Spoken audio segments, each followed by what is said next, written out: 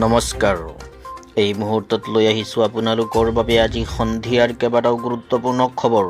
আজি সন্ধিয়াৰ প্ৰথমটো গুৰুত্বপূৰ্ণ খবৰ হৈছে আজিও যেন গুৱাহাটী, কোকৰাঝাৰ, বঙাইগাঁও, বৰপেটাত পৰি ৰৈছে তেজৰ ডুঙা। 14টা বছৰ পাৰ কৰিলে অভিশপ্ত 30 দহৰ ঘটনাই। আজি 30 অক্টোবৰ, অসমৰ ইতিহাসৰ সবাতোকৈ দুৰ্বিষহ স্মৃতি। আজিও চিৎকাৰ কৰি উঠে হাজাৰজনৰ হৃদয়ে। আজিও যেন পথৰ কাষত যেন পৰি ৰৈছে সেই মানৱ দেহৰ মাংসপিণ্ডৰ টুকুৰা। সেই 88গৰাকী লোকৰ পৰিয়ালে আজিও বাট চাই ৰৈছে আপোন মানুহ কেইজন ঘূৰি অহাৰ আশাৰে। 540তকৈও অধিক লোকে আজিও শৰীৰত কঢ়িয়াই ফুৰিছে সেই 2008 চনৰ 30 অক্টোবৰৰ 18টাকৈ বোমা ব্লাষ্টৰ দাগ। পংগুত্বক আঁকোৱালি লৈ শৰীৰত থকা সেই দাগবোৰে কেতিয়াও পাহৰিব নোৱাৰে চকুৰ সন্মুখতে ছিন্ন ভিন্ন হোৱা সেই মানুহবোৰ। সেই ঘটনাৰে আজি 14টা বছৰ সম্পূৰ্ণ হ'ল। অভিশপ্ত 30 দহে আজিও কাকো পাহৰিব দিয়া নাই সেই কথা। 2008 চনৰ 30 অক্টোবৰত সংঘটিত হোৱা ভয়ংকৰ ধাৰাবাহিক বিস্ফোৰণে অসমক এক মচিব নোৱাৰা দুখ দি গৈছিল।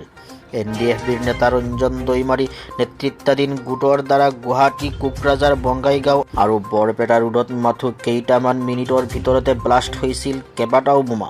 চৰকাৰী তথ্য অনুসৰি ব্লাষ্ট হৈছিল 10টা। পাছে বহুকেইটা প্ৰতিবেদন অনুসৰি সেই বোমা ব্লাষ্ট হোৱাৰ মুঠ সংখ্যা আছিল 18টা। গুৱাহাটীৰ পাণবজাৰ, ফাঁচী বজাৰ আৰু গণেশগুৰিৰ দৰে ভিৰ হোৱা ঠাইত বোমা ব্লাষ্ট হৈছিল।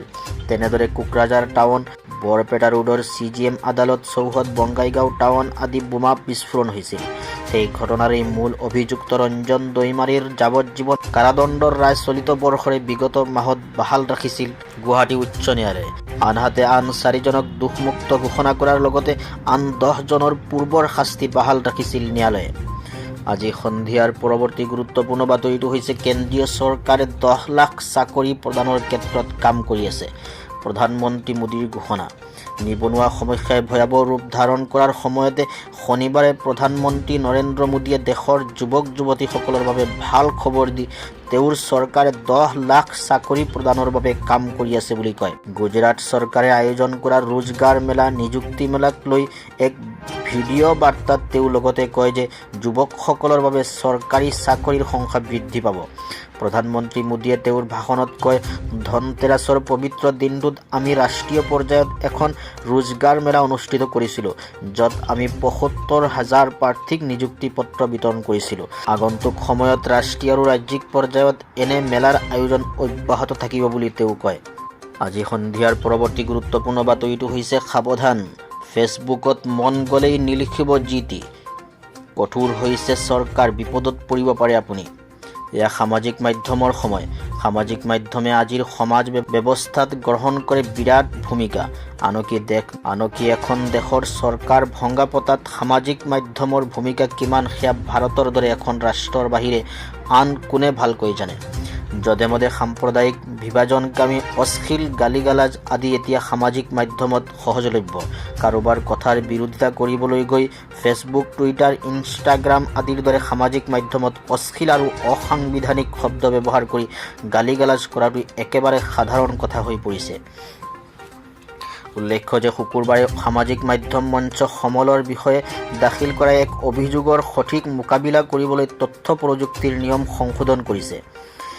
ইয়াৰ অধীনত 3 মাহত আপিল সমিতি গঠনৰ কথা ঘোষণা কৰিছে।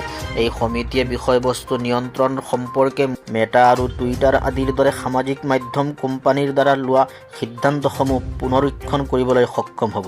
আনহাতে এই সন্দৰ্ভত 3জনীয়া অভিযোগ আপিল সমিতি গঠনক প্ৰয়োজনীয় বুলি অভিহিত কৰি চন্দ্ৰশেখৰে কয় যে ছ'চিয়েল মিডিয়া কোম্পানীসমূহে ব্যৱহাৰকাৰীৰ অভিযোগ সঠিকভাৱে সমাধান নকৰাৰ বিষয়ে চৰকাৰ অৱগত।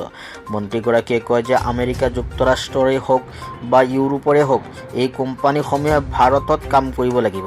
তেওঁলোকৰ মঞ্চ ভাৰতীয় সাংবিধানিক অধিকাৰৰ বিৰোধী হ'ব নোৱাৰিব। আজি সন্ধিয়াৰ পৰৱৰ্তী গুৰুত্বপূৰ্ণ বাতৰিটো হৈছে অসম অৰুণাচল সীমান্তত বিশাল পৰিমাণৰ অস্ত্ৰ-শস্ত্ৰ উদ্ধাৰ।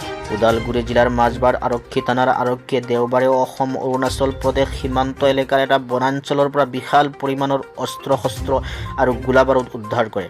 আৰক্ষী মতে জিলাখনৰ অসম অৰুণাচল প্ৰদেশ সীমান্তৱৰ্তী বনাঞ্চলত মাটিৰ তলত লুকুৱাই থোৱা 3টা AK-47 ৰাইফল পিষ্টল, 6টা মেগজিন আৰু 620টা সজীৱ কাৰ্টিজ উদ্ধাৰ কৰা হৈছে। এক নিৰ্ভৰযোগ্য সূত্ৰৰ পৰা লাভ কৰা তথ্যৰ ভিত্তিত দেওবাৰে পুৱা ভাগত মাজবাটৰ চিকাৰীগঙ্গা অঞ্চলত তালাচী অভিযান আৰম্ভ কৰা হয়।